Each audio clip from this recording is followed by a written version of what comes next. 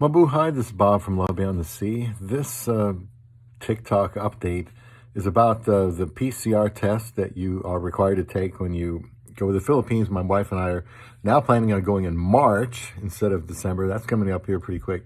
But to leave the States, we need to get a PCR test.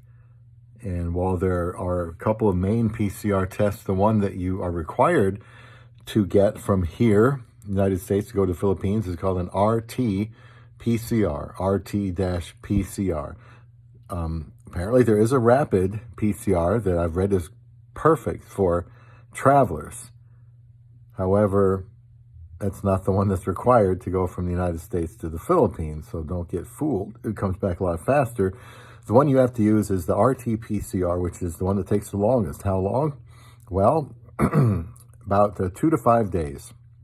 I spent the last 2 nights, or 1 night and 1 day, calling around, urgent care centers and pharmacies and places that, can help me go find a test that a traveler can use to guarantee that within 48 hours, and it really has to be sooner than that, you can get your, hopefully, negative PCR test and continue your flight plan. So as it stands now, it's all pretty much down to how many people they have excuse me, that day to handle the PCR tests, whether you're gonna get it back in 2 days, 3 days, 4 days, 5 days. It really just depends how many are doing it. A lot of the, if not all of the local labs here will do your swab, and then they'll wait till like 5 o'clock, and then they'll ship it to another city where they do the testing. So I don't think there's anything that can be done about that.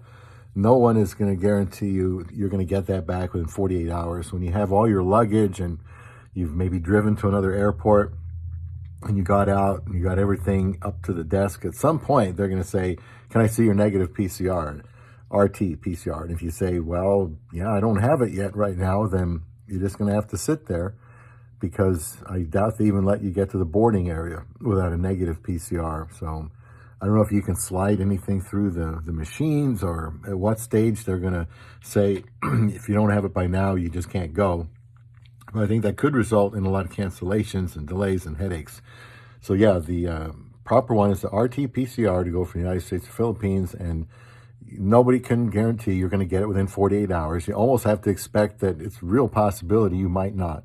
Same thing goes for coming back to the United States. I think that's also an rt-pcr. I hope not, though, but that's the latest.